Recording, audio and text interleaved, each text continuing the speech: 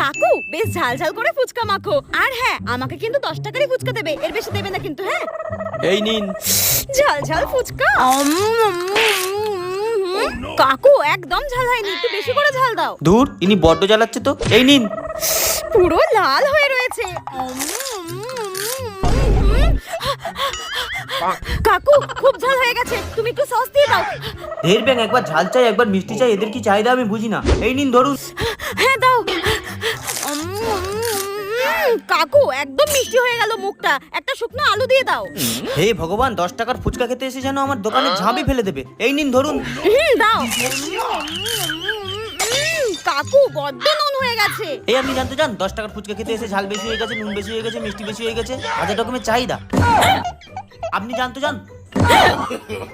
আরে আমার টাকাটা দিয়ে যাবেন তো? হ্যাঁ হ্যাঁ এই নিন এই নিন।